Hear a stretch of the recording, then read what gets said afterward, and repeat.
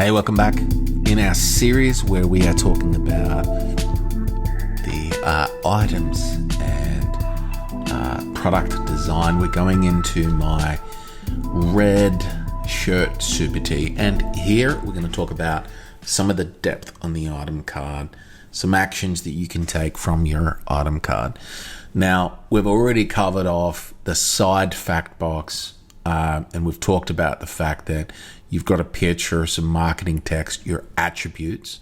There is also a few other features here which I've added. Here are some notes. I can store notes there. You've got links to product documentation, and then any documents that you upload here. If I was to upload a file, for example,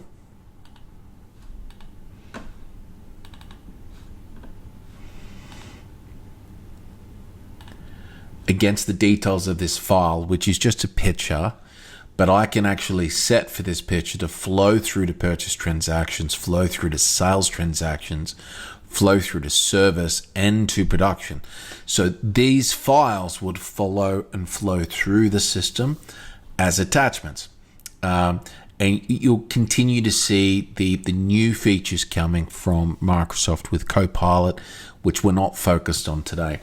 But in your menu throughout Business Central on any card is split into two parts. One is relative to the card you're on, and the second part are four separate menus, consistently, generally 90% of the time, your actions, related, reports, and automate.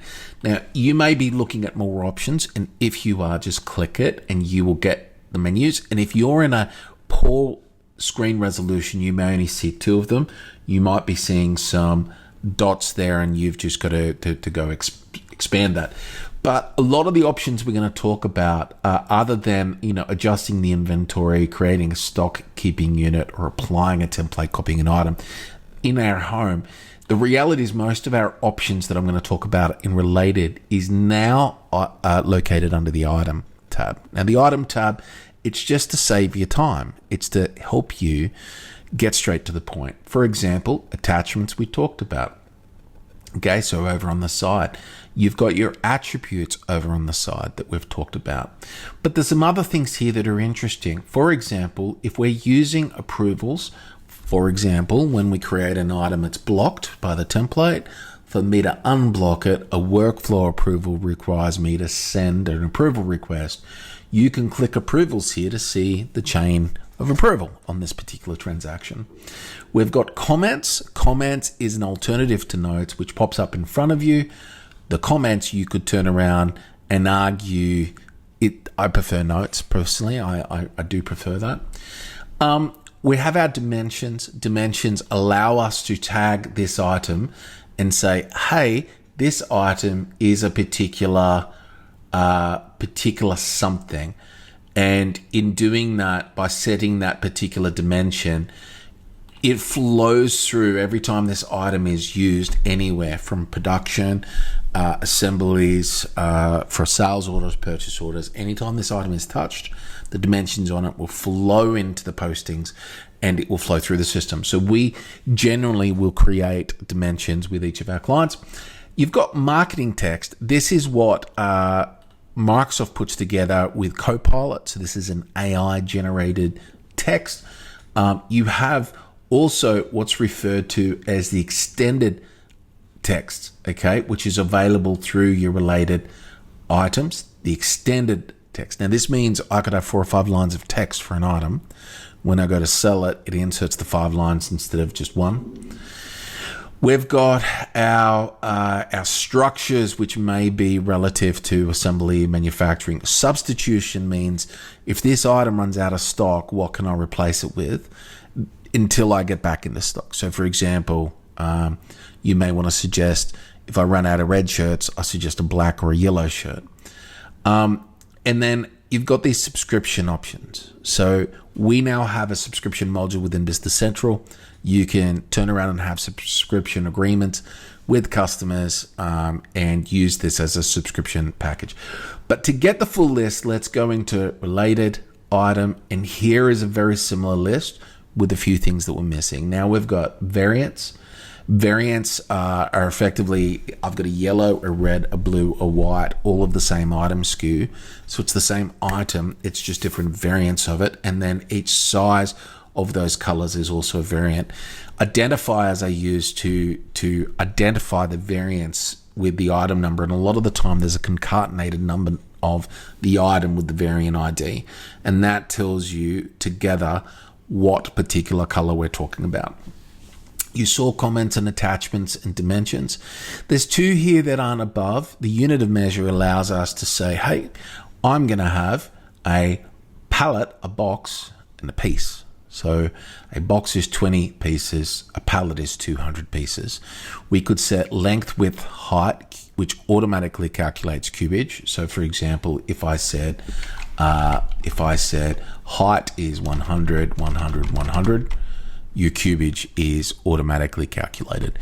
And the weight is just a combination of the weight that is inputted from the item card under the inventory tab.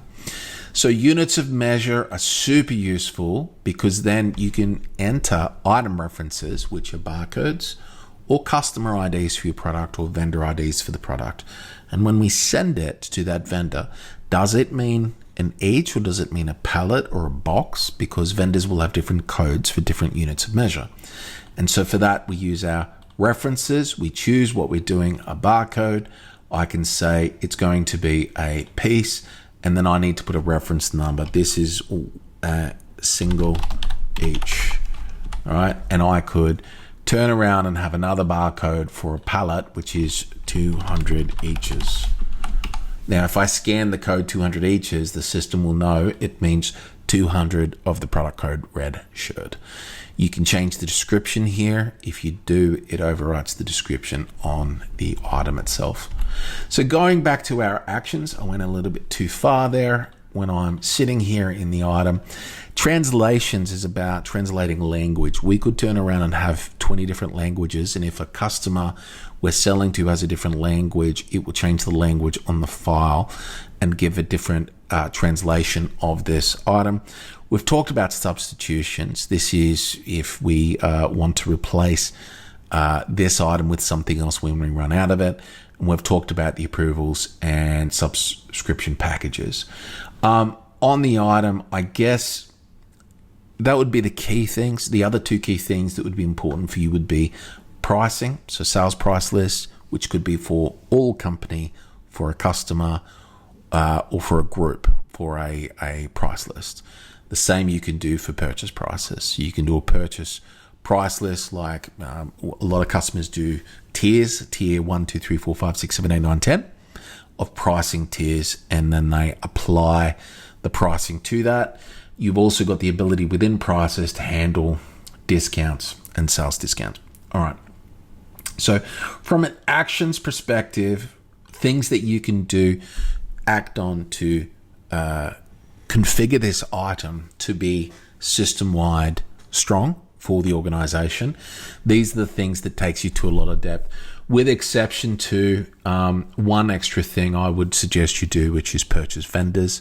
This means I can have with my vendor 1, vendor 2, vendor 3, I can have different lead times, 1 day, 7 days, 3 weeks, and I can have a different number for each items, which tells us that these are,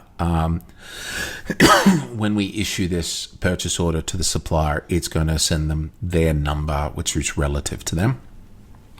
By adding it in there as purchase suppliers, it's just gone and added item references. So now I have these vendor item references added into my list, which you can see just here. So that would be all of the things that I would think about as the key depth.